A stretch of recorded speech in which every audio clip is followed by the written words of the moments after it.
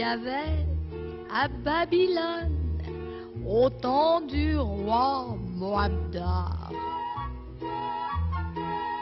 Zadig, un fort beau jeune homme, riche, discret, peu bavard, entreprit une aventure avec dame de la cour. Le sort, riant de sa gageure, lui joua un mauvais tour. Mais la hasardeuse providence donne à mille réparties. Il est malaisé qu'on y pense d'être heureux dans cette vie.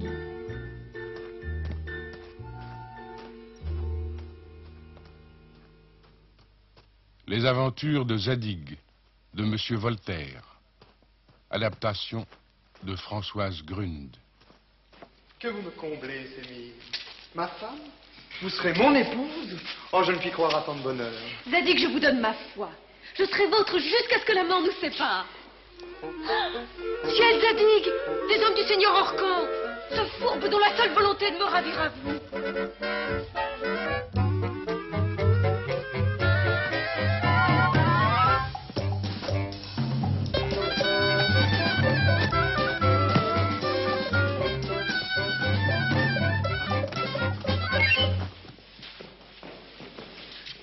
Et voilà tout en fuite, ma Sémire. Oh, Zadig, je vous aimais comme un époux. Je vous aime maintenant comme celui à qui je dois l'honneur et la vie. Zadig, vous êtes blessé? À l'œil gauche.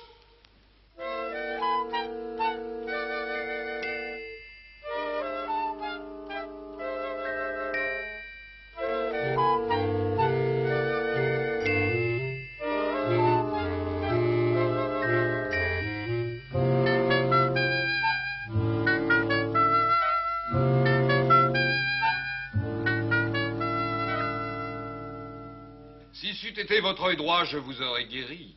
Mais l'épée à l'œil gauche sont incurables. Il faudra donc me résigner à rester. Hélas, oui, monsieur. Borgne! Qu'on ait un œil, qu'on n'en ait point, ou même qu'on voit des deux yeux.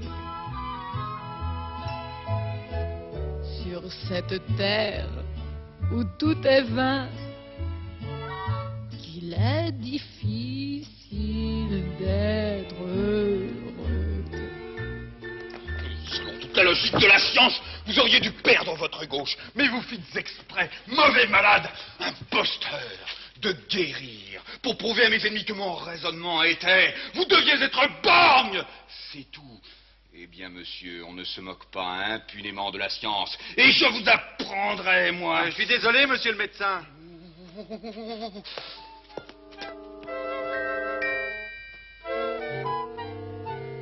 Après tout, me voici tout de même bien aise de contempler ma chère Sémire de mes deux yeux.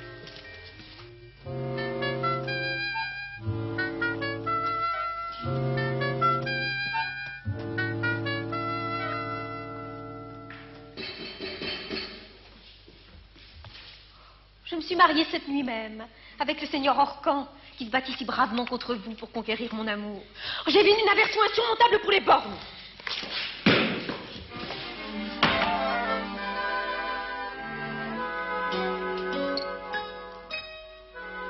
Puisque j'ai essuyé un si cruel caprice d'une fille élevée à la cour, il faut que j'épouse une citoyenne.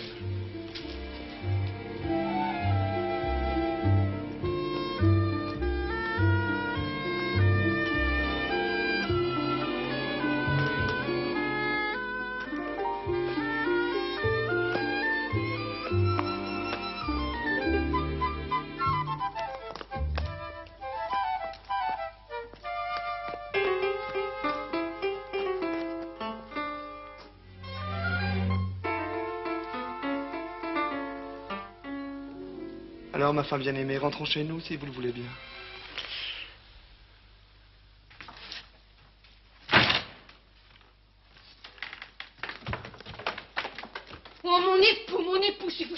savez-vous? Oh, que ma langue ne se dessèche point de vous transmettre de telles infamies, que ma bouche ne se torde point, oh, que mes entrailles. Mais dites, mon Azora, dites. Je reviens de chez la jeune veuve Shamsa.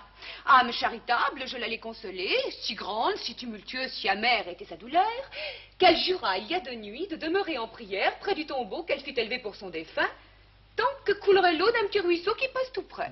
C'est bien un peu excessif.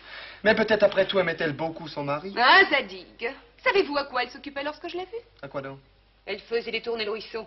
Oh, que ses yeux se fondent en eau, que le ventre de la fourbe pourrisse.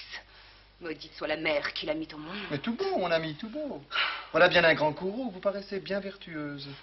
Ne vous exclamez point tant, mon épouse. Oh, que l'eau de tous les puits rentre dans le sein de la terre, si jamais je trahissais mon mari ainsi.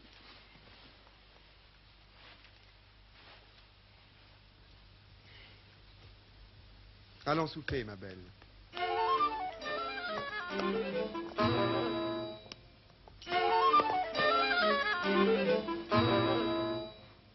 Me direz-vous, Zadig, le but de cette intrigue? La vertu que professe mon épouse à tout venant m'inquiète, et je veux l'éprouver. Finissons de comploter, mon ami. Mon cher Cador, que j'entraîne malgré lui dans toutes mes aventures. Je suis sûr de vos talents, vous êtes encore meilleur acteur que moi. Fiez-vous à moi, mon ami.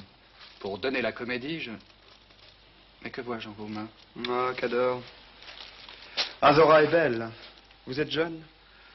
Aussi, promettez-moi de ne pas trop bien jouer votre rôle en contrôlant les ardeurs que vous déclencherez sûrement. Fi donc, Zadig. N'auriez point confiance en votre ami? Que la confiance est peu de choses en comparaison des charmes que vous avez l'un et l'autre. Aussi, ne soyez point fâchés si je vous prie d'accepter cet or en échange de votre parole. Ah, Zadig, vous me fâchez.